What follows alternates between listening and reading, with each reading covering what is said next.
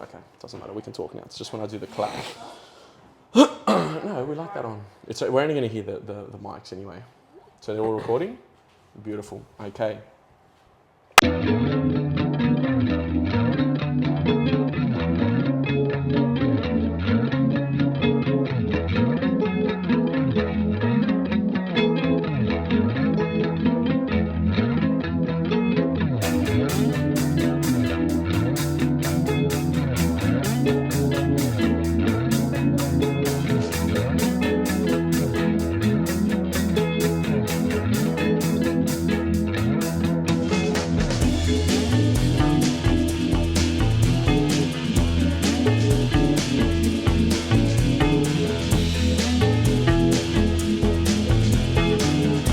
Welcome to the second episode of the RDO show, and I'm here joined by my very good friend and poker aficionado, Mr. Adam Kharman. Now I've got an intro for you, so I'm going to read it out. Let's hear it. Adam has made a significant impact on the poker scene, both in Australia and internationally. Notably, he clinched first place in the Super High Roller event at the WSOP International Circuit in Gold Coast in December 2023, securing a prize of just over $118,000. His impressive track record includes a victory at the Kings of Tallinn main event, where he outplayed a competitive field to claim the title and a neat €65,000.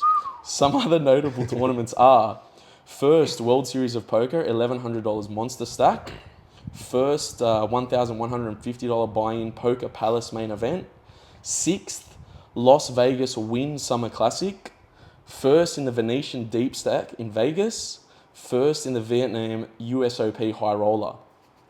Currently ranked 282 globally and 10th in Australia by the Global Poker Index, Adam has accumulated over $839,000 US in total live earnings. But poker isn't only his game. Back in 2014, he was crowned the Australian FIFA champion, proving his competitive edge isn't limited to the felt. From dominating digital pitches to crushing high-stakes poker tables, Adam's journey is packed with strategy, skill, and some wild stories. So let's dive in. Adam, thanks so much for coming today. It's quite the intro. Did you like it? I don't think I've ever been introduced like that in my life. No? Well, there you go. Incredible. There's a first for everything. So thanks for coming on today. I appreciate it. And I guess let's just jump in with a first question that's very broad. What got you into poker? Where did the journey begin for Mr. Kharman? The journey began when I was about 8 years old. 8? Yeah. Started young. You know they had Fox 8? Do you remember that channel? Yeah. On Foxtel? Fox 8. And they used to show WPT on like late at night. I think like past midnight. I was probably like 9, maybe not 8, maybe I was like 9 or 10 or whatever, it doesn't matter. And I used to just watch these guys playing poker, and I was like, I just loved the game. And I didn't even know how it was played. I didn't know the rules. But you know, if you ever watch poker on TV, like, it was like all the old school players, Daniel Negreanu, Gus Hansen, everyone's wearing sunglasses, they're moving all in, they got their hoodies on, you know? Yeah. There was just a lot of bravado, a lot of like characters. Personalities. Yeah, for sure. And I would just watch that, and I kind of like started to get an understanding of how the game worked a little bit. But I just loved it as soon as I saw it on TV. And then I didn't really do much after that with poker, because obviously I was a young kid, I had school, etc. Never dabbled in the schoolyard, taking people's money? No, not in school. I did play a little bit like online when I was like 18 or something, 18, 19, but just like very basic, just Zynga poker. just messing around. I was on PokerStars, but I was like, there was not much strategy. I was just like stuffing around. Winging it. Yeah. And just playing tournaments at like $2 to enter and stuff like that, you know? Yeah. And then after I graduated uni, I was in like this weird kind of in-between phase where I think you might remember this, because I had this conversation with you. I really didn't want to get a job after uni. I was very like, I had kind you of... want to be a slave to the 9 to 5. Yeah. I'd kind of like, while I was in uni, I kind of felt a bit lied to by people, in the sense that I worked pretty hard in high school to get good marks, right? And every night I'd be like studying maths. I'd be like, you know, working hard. My dad would always come in and be like, Adam, as soon as school's over, you get good marks, you're going to be laughing. Life is going to be easy, you know? It's the dream. Yeah. That all the parents so tell you. I really believed that. And the teachers at school would tell me that. I was a bit naive, but I was young. I was like 17, you know? What the hell did I know about life, right?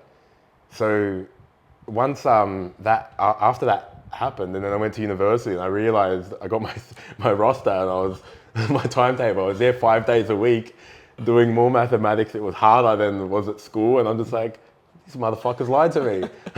And I realized that life isn't going to get easy after I get marks. If anything, it gets harder. You study harder at uni, and then you end up in some corporation working, Making somebody else money. 50, 60 hours a week, paying taxes. And I was just like, I've been scammed, So I had this idea in my mind that I didn't want to get a job straight away. And I was reading a lot of like travel blogs and stuff like this while I was in university, of people who had like quit their job and gone and backpacked around the world for like 1 to 2 years or something like that. And I just knew I wanted to do something like that, right? So after university ended, I was in this kind of in-between phase where I was working a part-time job, trying to save up some money so I could go to, in my mind, I wanted to go to Mexico, lay on the beach and just eat burritos or something. That was always in my brain. Not a bad dream. And while I was working this part-time job, I started going to the casino, and I found poker at the casino. And the smallest game they have at the Star is it's 2-3, meaning you buy into the game for about $200 to $300. And man, I fell in love with the game. It was so good. Like, just so, I mean, you've played poker. You know how exhilarating it is, right? There's so much ups and downs. It's emotional. It's a roller coaster. Yeah. The whole idea of just sitting at a table with 8 people and just chatting is pretty cool. It's really diverse people. I was meeting people that were like, just from all walks of life, Yeah, and you get those sort of characters that, when you were 8 years old, you were watching these characters, and now you're going to, for me, when I started anyway, I was going to Canterbury and I was seeing like Asian people and these Lebo guys, and I was having a laugh at the table, and that's where I sort of got my love. And I'm sure for you, when you went in, you were sort of seeing these characters, and that was going back to when you were watching it as an 8-year-old, was you were getting that same flame. Yeah, I've always loved, I'm always interested in meeting new people. Like, I love to travel and like seeing different cultures and stuff. I feel like poker was like a little bit like that in a sense that, you get like the Habibi tradesman who comes after work to splash a few buy-ins, and then you get like the doctor who comes on the weekend, and you get like the businessman who's like a CEO of a company, and he loves poker, and he's just not that much time working. He just everything via his phone, and he's loves playing poker and traveling around the world and playing tournaments and stuff. And you get degenerate gamblers, you get everyone. You get like a wide spectrum of the human experience, And I really liked that when I started playing. And then at some point, I would play all night, and at the time I was not winning money playing, but there were some days where I'd win, some days I'd lose. Probably long term I was losing. But I started to realize that there were people who were professionals. I started to see guys that were there regularly, and I started to realize that, like, I started to look some of them up online. I remember seeing a few pros and being like, damn, this guy's won over $1 million playing poker. I'm like, started to realize that it was possible to actually do this professionally, like to make a living from playing poker. And my goal, so I ended up quitting that part-time job, and I wanted to just play poker. So I started playing like long hours at the casino, like, because I had no other responsibilities. So I was like playing, there were times where I'd play like 30-hour sessions in a row. I'd stay up like 2 days in a row at the casino just playing. How? Because the game, there's so much adrenaline to it. And I didn't have much money at the time. So gambling this much money, like, was really exciting, and just trying to make money doing this and stuff. And it was good days. And I quit the part-time job. And at the time I was just thinking to myself, if I had like a modest first goal. I was like, if I can just make like $20 an hour, like split it down into hours. Yeah, I'm like, this is going to be good, But that's how I got into it. And then it just went from there. Just got better and better. And what, at sort of which point, I don't know if you remember a certain point or a certain maybe tournament or game that you played where you thought, you know what, I can do this full time. Or a period where maybe you were up a lot, or... Yeah, I guess seeing some of my friends doing it was pretty inspiring.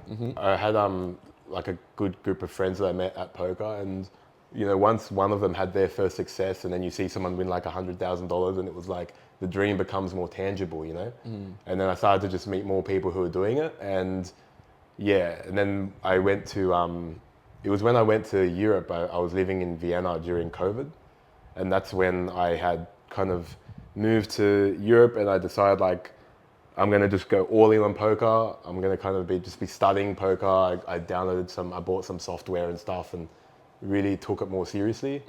And I guess that was the period when it was like am I going to make it or not? And that was when I started to really have more confidence. Yeah, nice. Yeah, okay. that was 2021. 2021. Wow. So 4 years later, is there any story that sort of springs to mind that you think is a bit of a crazy out there poker story? Yeah, there is. Yeah, because I know you've told me a couple. So I mean, if you can just pluck any from that bag, there are plenty of crazy stories, but definitely the most crazy one I probably have. The craziest one I had, it was not long after I like went professional with poker, so it was in 2021, and I had like a crazy start to my like professional kind of career, so to speak, where I just went on I had like a lot of heat early on and won some tournaments at the beginning, and I was in Estonia and I was at the casino, and this guy, I was with some German friends, and there was this Estonian guy that I'd played with during the tournament series, like during the main event, and we only played with each other for like half an hour, but we had good banter. He was really funny. This guy was hilarious, and he played like he did not give a fuck. Estonians are funny, Finnish people funny. That part of the world's amazing, right? This guy obviously had a lot of money, and he played as if he didn't give a fuck, right? And they're like the best kind of people you want to be playing with. Absolutely, yeah. They're the funnest people, and that's exactly who you want to play with. And he came up to me when we were at the casino. This is after the series had ended, so I only had like 2 more nights or 1 or 2 more nights left in Estonia, and then I was going to fly back to Vienna. And he came up to me at the casino, like we weren't even there playing poker. We were just there, me and my friends drinking. And he said, "Hey, I got a private poker game. If you want to come, I will take you to it." And it was like 11 p.m. at night, and we're like, all right. Like I was like, yeah, let's go. So we get in his car and he drives me to this. It was like kind of like an abandoned warehouse. No way, like a proper movie setting. This story is actually like it comes from a movie, and I promise you, I'm not making it up. It's all true. Yeah, I promise you, I'm just spitting facts right now. This is really crazy. So he takes me to this like warehouse, and inside the warehouse is a poker table, and they're playing a private game. And I start playing. I think I buy in for a few $1,000s. So that, like in my head, I'm just imagining like you said, an abandoned warehouse and just a table in the middle of the warehouse. Yeah. So there were different rooms in the warehouse, but okay. There were multiple rooms in this warehouse, and we were in one of the rooms, and there's just a table there. And who knows what was going on in the other rooms? No, it was empty. Okay. There was no one else in the other rooms. It was just, this was the only room that was being utilized, and we were playing poker. There was about 8 guys there, and he was playing, but it was his game. Okay. And he's just sitting there, and his girlfriend's just sitting behind him, just chilling, just like stroking him and stuff, whatever. And he's sitting there, and he just loved. He obviously had a lot of money, and he loved the game. He loved the game, and he just wanted to see action. This guy just wanted to see crazy hands, big pots, people winning and losing money. He just loved the game, right? This guy was gambling. And I think, we played until, I think around 5, 6 a.m.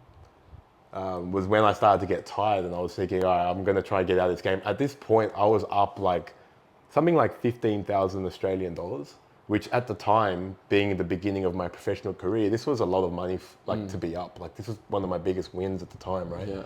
And I didn't have heaps of money at the time either. Are you still on the 2 days of no sleep at this point? Were you? No. That's later in the story. Yeah, you're jumping the gun. Yeah. This is day one of the story. Okay, sorry. So I've just stayed up all night. We've played till like 6 a.m. and I'm up and I'm thinking to myself, okay, I got to get out of here. But I'm a bit nervous about saying I want to leave because when you're leaving a private game, I don't know anyone amount of money. Yeah, and I'm just like, they're gonna pay me out now, and I'm like, okay, guys, I think I'm getting tired. I want to go, and he's like, no. He's like, don't leave. He's like we're gonna order some breakfast and some drugs, and I'm like, breakfast and drugs. That actually sounds alright. I'm like, okay, what do we got? So then we ordered some salmon and some vegetables from a cafe that was just nearby in the morning at I think it was like 6:30 a.m. So it was like the breakfast kind of order. And then we ate food, and then I kid you not, no exaggeration, this guy, like one of his friends, walks into the room with this silver platter, and there's just all these lines of Coke on the platter. Shut up. I swear to God, and they come and Like a butler. He was his mate, but yeah, almost like it looked like a butler, but it was his friend, right? It was like just his mate. Yeah. And they come and they put the platter right. I was sitting next to him. I'm not going to say his name, but for the rest of the story, keep the names out. We'll keep the name out. But they put it between me and him, and he'd do a line, and then he'd pass me the note, and I'd do a line, and we just kept playing. Wow. And everyone else left, and it was only me and him partaking in this. The other guys ended up going home. Are you still playing poker? And we're still playing poker. Just the two of you. Yeah. Just So heads now up. it was just heads up, and Wow. we're just playing. And we played all morning, all afternoon, and then in the late afternoon, so we were playing for hours just one-on-one. In the late afternoon, another set of players came to the game. So it was No like way. the game was starting again. It was a re-up. But me and him had stayed there playing. And this guy was wild. Like he was doing, like he would just go all in for 10,000 euros with 2 random cards, you know? Like he didn't care. This guy was like a multi-millionaire kind of thing, right? And we ended up playing till 10 p.m. So we're like, I don't know, maybe 20, 22 hours straight we played. Yeah. And then I think at that point, I was like, I think I was like collapsing kind of like.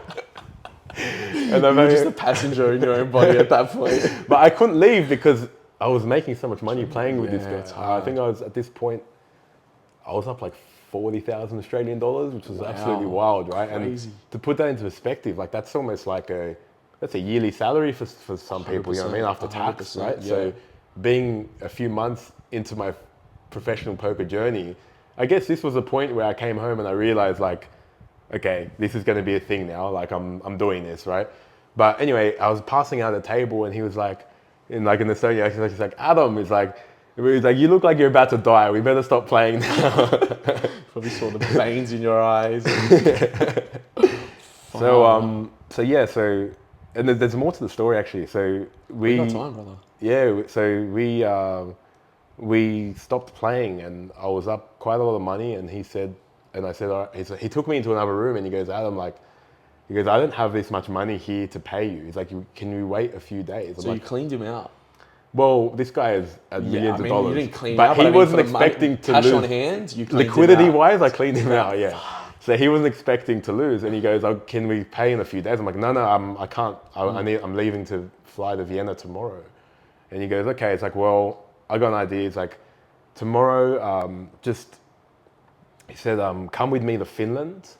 We'll catch a ferry to Finland. I'm gonna do some business. I'm gonna have some cash. I'll give you." I'm like, "I can't. Like, I have the flight to Vienna." He wanted to buy me another flight. I'm like, "But it was my birthday the next day. This is the reason why I couldn't go." And my girlfriend at the time, my ex-girlfriend had organized something for my birthday and I'd already been away from home for a month.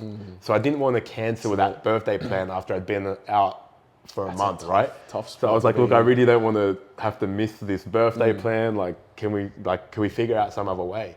We couldn't find another solution. So he took the Rolex, he just clips it off his wrist and goes, "This is my favorite Rolex." I think it was worth like something like $30,000 to $50,000 or something, right? And he said, "I'm going to give it to you and I'm going to come and pick it up from you in Vienna at some point." And that was the only option. So I'm like, all right, we'll do that. So I had this Rolex, first time I've ever had a fit Rolex. nicely? It was a little bit big, but I was wearing it when I was at home in Vienna. I was sitting there in my undies playing poker online, just wearing a Rolex. and then a few months later, I think we met up in England and did a transaction. And he paid you out fully? Yeah, I gave him his Rolex, and he And so gave was me a man as well, gave me obviously, a bag full of Cash cash. full of cash. Yeah, and then I caught the train from Birmingham to England to London. Sorry, at like midnight, with a backpack full of all that money. It's so red hot. I'm just sitting there, Honestly, I would have been shitting my pants if that yeah. was me. So I'd say that was the craziest story I've That had. sounds pretty crazy. Yeah, and it I'm was very wild. I'm It sure felt like this- something from a movie. Yeah, it sounds like, I mean, they could make a movie about it. Yeah. And we'll take the rights to that, both of us. And yeah, I guess going back to what you asked before, that would have been the moment when I came back from that trip where I was like, all right, like, This is serious. you know, there's a bit of doubt when you're deciding to play poker professionally. Like, and when I say doubt, I mean, you don't know if it's going to work out. You've also got like pressure from family, people who don't know about poker are like, what are you, gambling? Is this going to work? you don't know if it's going to work, you know? And then after this happened, I was like, well, no one can tell me anything now.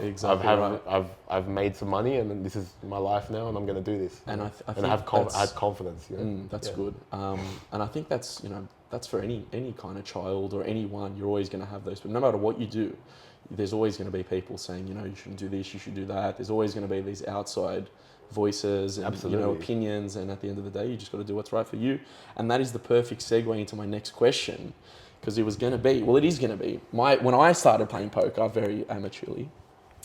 My parents would always be like, "Oh, you can't play poker. That's like going to the pokies and gambling all your money away." Blah blah blah. What is your rebuttal to that statement that poker is just gambling?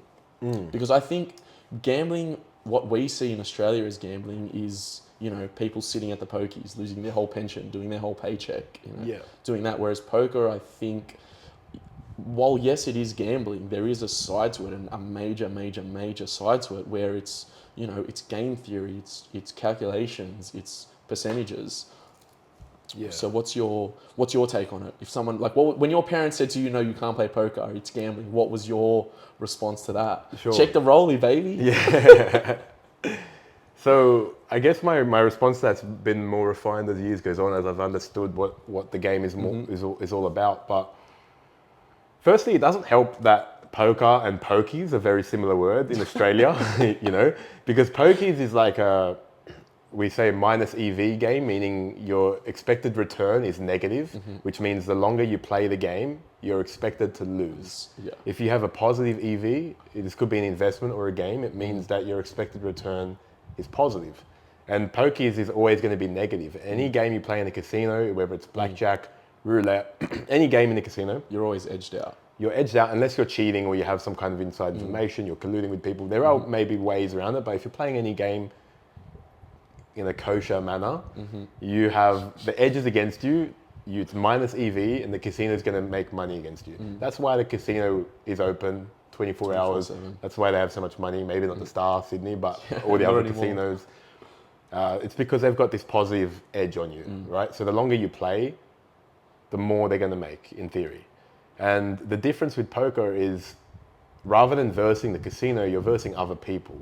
So if you are more skilled or more studied than someone when you're playing them in poker, and you're making positive EV decisions, you're going to generate an edge against them. Meaning, if I play poker with people who are worse than me, in a sense, I'm like the casino. Whereas I may lose sometimes, just like the casino will lose when someone hits a jackpot on a feature or something. But the casino doesn't say when someone wins a jackpot, all right, let's stop playing. The casino says, we'll put more money in the machine. Let's keep playing. And that's kind of like me. I'm incentivized to keep playing as long as I'm playing with people who aren't as good as I am, right? So, even let's say I lose 40% of the time, I might have the biggest loss I've ever had, but then the next day I still want to keep playing because I just understand that I've generated an edge here. So that's the difference between poker and like a casino game. A good kind of analogy. Give us one short, sweet.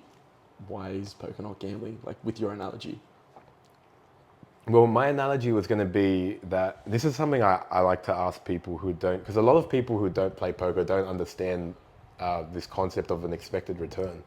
And something that I like to say is like, imagine we had a game where there's 10 cups that are face down, and I've placed a ball under one of the cups, and you're going to guess which cup the ball is under, right?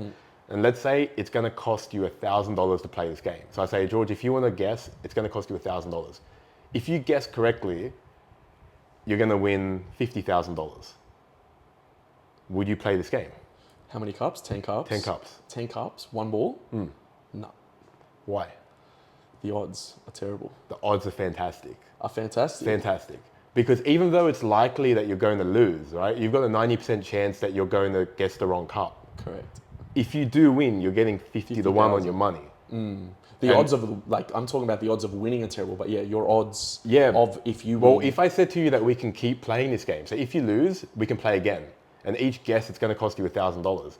Meaning you can keep playing. You can keep playing until you win. And then after you win, you can keep playing after that. So if, in theory, you're expected to win 10% of the time, because it's a 1 in 10, right? So if you're going to get 50 times back your investment, you would only need to get it right, like less than 50. Once in 49 50, tries, basically. exactly, to get all the money, and then you can play again, and you're gonna like, so your expected return is very positive here. Okay. So I could have asked you, instead of $50,000, what about $1 million or $1 billion? If I said to you, would you pay $1,000, and if For you $1 guess billion? correctly, you get $1 Definitely billion. I'd pay for $1 Okay, billion. definitely, right? So that's just because there's like this, in your mind, there's like some kind of threshold of like where it becomes worthwhile. But the actual mathematical thing is, I mean, 30,000, even if it was 20,000, even if it was 15,000, it would be worth it, because you're getting more than, you're getting 15 to 1 on your money, On your right? money, yeah. So that's kind of like an analogy which shows like how expected returns work, and that's a little bit like poker. Like if I play a tournament, I'm most likely going to not make any money in the tournament. But if you win it, Yeah, it's going to outweigh that frequency of losses. of loss. Yeah. Okay. Cool. Yeah. I'll just, if you could just write that down for me, so I can tell my parents, that'd be great. But that's a good question. I think that we could probably ask to some of the public about what they think. Is poker gambling? Is it not gambling? You've got to play a lot. So you reckon number one is just play? Yeah, Just like go and anything play. in life, practicing something and getting exposure to it. I guess there's faster ways to get better at things, like if you surround yourself with people who are already good at something that you want to do, and those people can help you shape your journey. I think any kind of pursuit where people have been successful in something, they usually have a good network of people around them that has helped them get where they are. So yeah, I would say to someone who wants to get into it, is just find like-minded people, try to establish a community, make sure you're doing it for the right reasons. You need to enjoy the game to get into it. Definitely. And just practice and just play more, and I guess maybe to someone who's a bit further on the journey, I would suggest you need to go through the realization that you're not as good at poker as you think you are. I think that's like a really important point, at least for my journey. Did you get to that point at one stage? Absolutely, yeah. So when I first started playing poker, for some reason, I thought I was like really good at the game. It's like child And prodigy. the funny thing is about it, everyone thinks that. So Yeah. when you go, because otherwise people wouldn't be there playing. Everyone thinks that they're like cunning. dignity. Yeah, there's like a bit of ego to it. You know, for sure. you're sitting there, and the other thing as well, because of the way the game works, is sometimes a player who isn't actually that good at poker, they might be a losing player in the long run, they will win pots. They will win often enough to get validated, to feel like they've made the right decision. Sometimes they'll win a big pot, and it'll just be because of the cards, the way the cards ran out. And they'll think, oh, I won $1,000 in this hand, I played it really well. But maybe they could have won more if they played it in a better way, or maybe anyone could have won that hand, right? So there's this false feedback of like validation where people end up thinking they're a lot better than they are. And for some reason, when I started playing, I just thought I was the bee's knees, man. I was like, I don't know why. Maybe How did you like? Okay, you're thinking the bee's knees. What brought you back down to earth? I guess. I think what humbled me was when I did move to Vienna during COVID, and I started taking it more seriously, and I started playing online in some very tough games. I was playing these low stakes games on PokerStars, these low stakes Zoom cash games, and those games are probably some of the hardest cash games that you can play. Like if you're playing, it's funny because if you play at the Sydney casino, before I moved to Vienna, I'd go to the casino, play games where you buy in for $1,000 and you verse people at the table, and I was doing fine in those games, right? Online, on these like on PokerStars, on this online software, you'd be buying in for $50 and the game would be harder than that $1,000 buy-in game at the casino. And the reason why is because, and if you played that $100 buy-in online, it was even tougher. Tougher, yeah. And the reason why is because you're playing more hands, and you've also got like people from parts of the world where they're generating enough money such that it would actually be a decent income in their country. Yeah, even definitely. just generate like playing Just to win that tournament for the week. Well, that $100 US cash game, and if they're grinding it for 8 hours a day and they've got 4 tables of it open, they're actually generating, if they're really good at like they can generate an hourly rate which would be better than the jobs in their country. Yeah. So I'm sitting there battling with these like, these young adults from Lithuania, for example, who are just sitting there just grinding tables, out. and they're all playing way better than anyone I'd played Yeah. against in at the casino in Sydney. Do you think part of that is maybe you're not able to see them face to face, but being behind a screen? That is one aspect of it, because I've kind of got one of my biggest strengths in poker is probably my live element. Yeah. I'm very good at like looking at someone and being able to tell what's going on in terms of how comfortable they feel, and there's a lot of that in the game as well. And I think that's one of my biggest strengths actually in poker. I seem to have a good intuition, a good feel. But that wasn't the reason for this particular case, because these guys were actually playing the game really well. These guys like, are just freaks. Yeah, like I was like running hands through software where you can kind of like study the hands. You run like simulations where a computer plays against itself, heaps of iterations, and then you learn what the optimal strategy would be from a game theoretical perspective. And whenever I'd look through these hands to learn myself, I was seeing my opponents were playing them like near perfectly. They were like playing the right strategy, and I was like, wow, these guys are freaking already doing this. Like it was amazing, right? So getting smashed by these guys made me realize I'm not that good at this game. And then once I had this understanding that I'm not that good, that's when it made me more motivated to actually learn to get better. Definitely. And it was after that was a huge turning point in my career. The great reset. Yeah, just starting to be more humble, starting to realize I'm not that good, and there's so much more. Even now, like I've had so much success in poker, but I know that there are people out there who are a lot better than I am, and there's so much to learn. Like, it's a really complex game. Yeah. Okay, so if you had to nail it down to 3 things, Yeah. 3 tips to give someone that wants to maybe, they know how to play, they've played a couple games here and there, but they want to take it to the next level. 3 tips. 3 tips. We're gonna say, start playing, get experience playing. Be humble enough to realize that you're not that good at the game and that there's so much you need to learn. And the third one, which might sound a bit paradoxical to the second one, have confidence in your own ability to think things through and to brain solve things. A lot of people, I feel like when I speak to people who play, if they don't know something, it's like kind of like the opposite of not being humble. They think that they kind of think about what they're meant to be doing in certain spots, and they're often not just using their brain to think about what should they be doing in this spot. Yeah. Okay. So that kind of just like have confidence that your brain is quite powerful.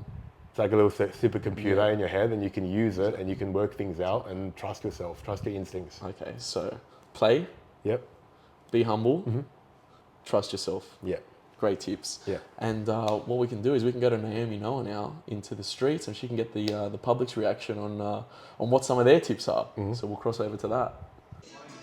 Hey, Naomi here with the RDO show, and today we're at Campsie South Bowling Club with the Australian Poker League, getting an insight on poker with some local players. Okay, so a lot of people tend to lump all sort of gambling together, so sports bets, the pokies, poker, and so on. But do you think the pokies and poker are the same thing? Not at all. Well, strictly speaking, if there's a gambling element to it, yes, but in terms of how you play it and how you can get your return of investment per se, completely different. Pokies, you walk up to it, you just slap a button. It's a complete roll of the dice. You don't need any skill to press a button. Poker, you need skill. You need to know what you're doing. You need to know how to outplay your opponents, how to play your position. So in that instance, it is completely different, and I think it's a lot better use of your money putting $50 in a poker game than it is going up to the pokies and putting $50 in, because you're at the mercy of the algorithm gods there, and who knows when they want to pay you out. Whereas if you go and play slaps or roulette, the chances of winning are a lot lower. Yeah, even though I've won way more on the slaps than I have. Do you think the pokies and the poker are the same, or do you think they're different? I think pokies are a lot more dangerous than poker. Poker, you lose a set limit. You can't lose any more than your buy-in amount. Poker has a lot of skill involved. You control whether or not you play your hand, you don't play your hand. Whereas pokies, you have no control over what the machine actually gives you. So I think poker has an element of skill. Have any tips for someone just starting out in poker? Tips, just manage your money and discipline. I think the most important thing is to enjoy the game. You have a lot of characters in the game. You enjoy the different kinds of personalities. Don't be afraid to come down and just try a game. One thing that new players tell me is that I'm not too sure how to play, or I'm very new, or I'm very nervous. I understand that feeling, but everyone starts somewhere. Everyone always has their first time they do something. And you can learn a lot just by coming down and see how other people play. So my advice would just be to come down to any local game, even if it's a free roll or even a $5, $10 buy-in. Use what you know already and just give it your best go, and seriously observe how other people play at the table, because you can learn a lot from that. This has been Naomi from the RDO show. Now back to you, George. Give me my chips. The 2014 FIFA champion. Okay. We're throwing it back now. We're throwing it way back. Tell me about that, just quickly. Man, just 11 a short years one. ago. 11, okay, short one. Just it doesn't have to be that short, but I just want to know how did you enter Well, the yeah, I mean, tournament? I used Where to- was there like did you have to win another tournament to get into that tournament? Well, I played FIFA competitively, I think starting in 2008, maybe 2009, and or maybe no, sorry, 2010, and yeah, I just started playing heaps of tournaments, and then I realized I went to a tournament and I did well, and I realized I was actually relatively good in Australia, and then I kept playing, and then yeah, it was a whole chapter of my life. I was playing basically every day. I was playing for money. I had a sponsor. No way. And I was flew to Vegas to play the World Championships, flew to Singapore and played. It was So a great. this world traveling is it's not new for you. Yeah, it's cool to get a second breath of that with poker as well, because after that FIFA chapter ended, I would look back on those years like, damn, they were the best years of my life. Like playing a competitive game, the amount of pressure, you know, like I remember flying to Singapore and I'd be on the plane, listening to music, getting all G'd Just up. like it was an actual you know, real like game. I played the game for $10,000 once. One game. One game of FIFA. $10,000. Winner gets $10,000. Yeah, in Singapore, it was like the final of the Asian Pacific Championships, and I lost that game to I think a Japanese guy, and you know, always the just that Japs. pressure, you know, and that was awesome. You know, that was very novel, and yeah, that was a very interesting time. And yeah, I won the FIFA National Championships in 2014 in Australia. Yeah. Great. Do you think that competitiveness in the game correlated to something to do with poker somehow? Yeah, absolutely. Yeah, having just being interested in games, having this like competitiveness, like the pressure in the moment. pressure. There's a lot of correlations. A lot of poker players used to be gamers or chess players as well. It was very common to see someone who was a professional or I don't know, professional chess player, the right terminology, but elite at chess, and they've transitioned into poker where there's maybe more money to be made, and yeah. Okay. And final question, and that sucks because we've been having such a good time here. But what does the future hold for Adam Kharman? The future? Well, tomorrow tonight, I fly to Macau. So 6 a.m. yeah, it's my last day in Sydney for a while, and we've got a whole year of traveling ahead. Any spots? Is it just an open book, or you have some certain spots that you're going to hit? I'm sure Vegas is one. The thing is, yeah, Vegas is definitely one, but plans change. I always have plans, and then as things go on and crazy things happen, and I always end up changing my plans. So it's hard to say, but I think it's going to be like Macau, bit of travel in Asia. Maybe I want to do some kind of island Hopping. some kind of island destination, and America. We're gonna go play the World Series in Vegas. Wow. And then I have a wedding in Greece, so I'm gonna go to Europe and do some EPP? traveling over there. I'm not sure. We'll see. Yeah, Why not? we'll take it by well. Take it day by day. I want to try and get a good mix of poker and non-poker. Yeah. Okay. Try not to just play poker, Poker. because then I You want a little bit of burn leisure. out. You want a bit of Yeah, I want to balance. enjoy the freedom that I have and Okay, so what? Let's do say things before I get older and don't have the opportunity maybe 100%. to Definitely. Be able to travel do so that. much. Maybe I'll make some babies or something one day. Who knows? You can still travel. Just strap them to your back. I'll have them in a little pouch. So this is like a little half question onto that question. What do you have to do this year to look back and think this was a successful year?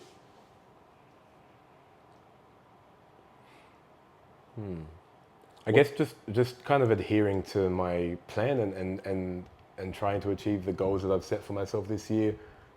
Just being disciplined in terms of my health, my fitness goals, my poker goals, and also having a good sense of balance where I feel like I've traveled to places that I love traveling. I really want to see as much of the world as possible. So I'd like to go to some new places and yeah, I think if I do all that and I have good relationships with people and just build myself up in every way possible, I'll look back and I'll be like, 2025 was a fucking good year. That's mad. Yeah. Easy.